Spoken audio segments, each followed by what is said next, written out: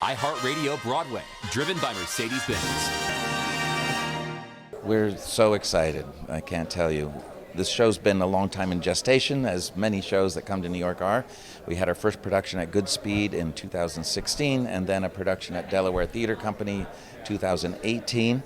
And now we're so thrilled to bring it to New York audiences this year.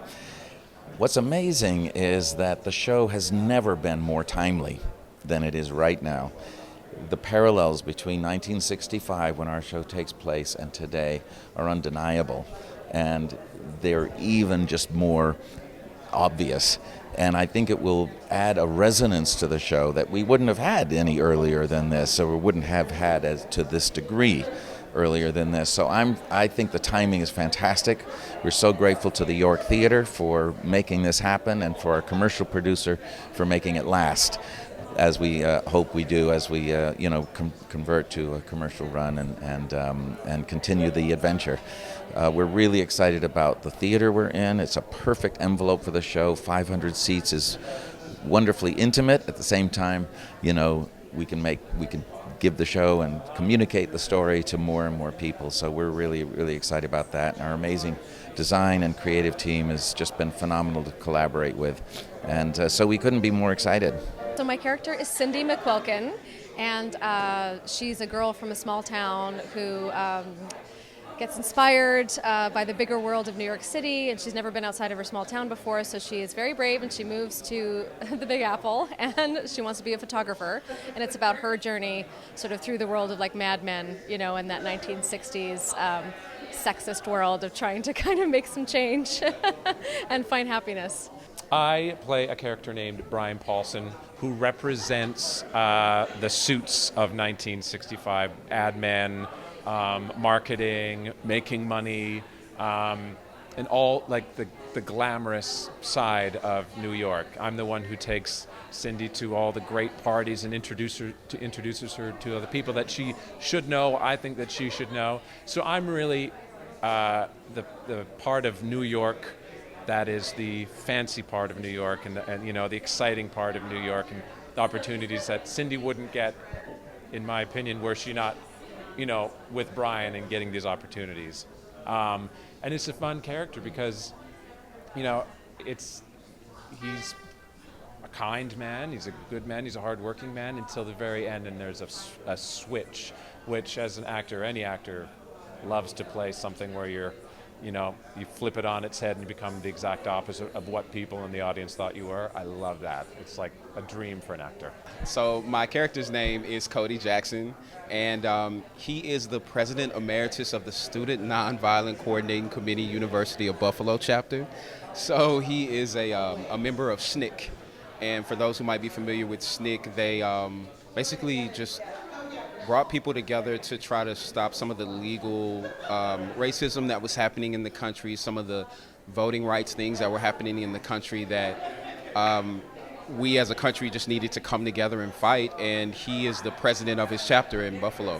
So I play Tanya Templeton. I'm the roommate of Cindy. I'm one of the first people that she meets here that actually gives her a shot, gives her a chance, and is kind of, someone who's a little bit skeptical at first and is trying to figure out how we're going to find this friendship, but eventually we do, and we become best buds, and we look out for each other, and I kind of am along the ride and showing Cindy a little bit about who I am and about New York, while she's sharing a little bit about her ambitions, and we kind of take a journey through life together. Well, I'm the choreographer of the show, so my job is to help move it, to help storytell through the movement, knowing that we live in the decade of the 60s, but we're not doing a documentary also at the same time, so that's everything. What I try to do is I'm influenced by photos and images of the 60s, and then I take it and try to make it a little bit more modern, or for a younger generation's eye and everything, but still having the feel and the pillowing of the decade that we're in. Yeah, sure. So I play Matt, and Matt is Cindy's hometown boyfriend. Kind of represents a very simple life, something that she is desperately trying to escape, and his elaborate yet extremely goofy proposal is kind of the thing that leads her to finally, leaving her hometown and going to New York City to explore her dreams and her passions. And so I get to represent all that's left behind. And then, Matt gets drafted into the Vietnam War. And so you get to see him, struggle with that and deal with that as somebody who's never even left his hometown before, dealing with this new place and this very, very difficult challenge. Well, I was the associate director on the Goodspeed Opera House production and the Delaware Theater Company production, and then over the pandemic they called me and they said, would you like to take over the book? And I thought, wow, was it that obvious for the previous two productions how much I wanted to put more of myself in the book. The previous two productions was just an awesome experience working with Gabe and Joanne and Joe and our original book writer Bruce Valanche, who is still looming large over our process.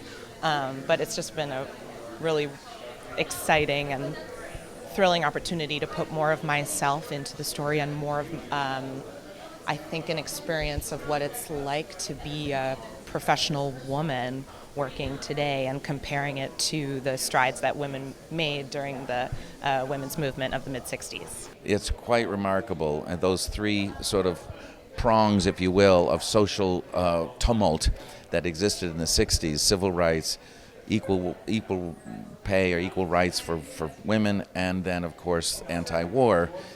They are just so prevalent today, and especially in this post-COVID world. We do, there are times we do feel on the eve of destruction.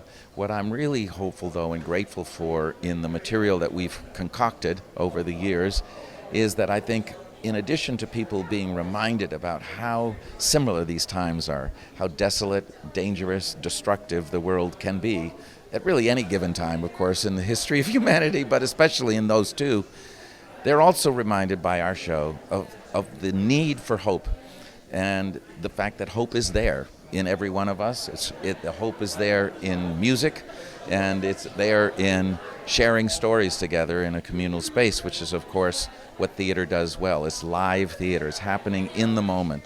And I hope in the moment that people watch this show, they're moved by that just experience, let alone what we're communicating in our story itself. So I'm really excited about both the resonance the show will have, but also the hope that I think it will generate. Well, yeah, we've been working on it for like 7-8 years, and so like Crystal and Ryan and I specifically, and Melissa and a few others, we've been with it pretty much since the beginning, and there's been 2 productions before now, Goodspeed and Delaware, and we were all at Delaware together. And so it's been really fun. Like, we've been developing it for a long time and deepening the characters, deepening the message of the show, and it's gone through many, many transformations. I think the time off during the pandemic really allowed people to think and to question, like, why are we telling the story and why are we telling it now and why is it important and what do we want to say with it? And I think, for us, our characters have deepened as well, and we've deepened with them. And so it's sort of nice. We've already got a shorthand just starting, and then you get to sort of play on top of that and find new levels, new layers of the onion. Yeah, it means a lot. And it's so nice to bring it to New York because it's set in New York, and it's like we've always wanted to come to New York. So it really is the perfect time, I think. I've known Shalina for years now. This project in particular, we've been together since, 2016, so it's been a long time, yeah. And, doing the productions out at Goodspeed and at Delaware, so we've had a lot of time to be with these characters, but also be with each other, so yeah. I joined on because of the cast members. Like, I knew about Shalina, and I knew about Crystal Lucas Perry, Tony nominated, and so I joined, first day I came into rehearsal, I told Crystal, I was like, I'm here for you. Because, I've really been wanting to work with you. I really love all your work, and so I'm so excited to be working with them every single day. And like, they'll tell you sometimes when I finish what I'm doing, I'll look over to them like, yeah. Because, I want that stamp of approval from such amazing talent. One of my favorite things about this team is how collaborative they've been. They've really allowed us to have our own voice when it comes to our characters, explore, play, find things that are working, things that are not working, and kind of have the freedom to be able to do that. So my favorite part of developing a brand new piece is really, really getting in there and discovering those moments that we're not really sure what they are. So let's sit down and talk about it and figure it out together. It's been amazing. It's a very delicate process. I think effective libretto for a jukebox musical has to be very efficient. We've got to say the most with the least because we really are there for the songs. We want to hear those songs. We want to hear the cast. We want to see the dancing. So it's really about quick, efficient, pithy, and true speech that really help tell the story and get us to that next great number. Well, I mean, the songs live on and on. Like even if you think of ABBA, those songs find new audiences every generation. I have an 11-year-old daughter now, and she's discovering ABBA, and she's discovering Petula Clark, and she's like, oh yeah, I love this song. So I find her in her room, saying, Alexa, play Petula Clark. So there's always an audience for it because great music, no matter when it was written, always finds a new audience. And her music is continuing to find new generations of people, so it's perfect for a show like this where all age ranges are going to love it, and people know the songs but they don't know the story that we're telling with it, and I think that's exciting. They're some of my favorite songs in the world, like I Only Want to Be With You. Literally one of my favorite songs ever. I mean, You Don't Own Me. I love singing that every day. And then listening to Eve of Destruction. There's so many other great numbers like Don't Sleep in the Subway. There's a lot of Petula Clark songs in there, and I just love her. But there's a lot of Give Me Some Lovin' is in there. So there's a lot of just hits from 1965, and they're all great. Like there's not a bad song in the show. Well, I can say right now that I did not know some of the songs in the show, and so when I auditioned, I thought that this very famous song, If I Can Dream, which is an Elvis song, was a new song that someone had just written, and so I sang it that way in the first audition, and I literally was just like, this song is so well written.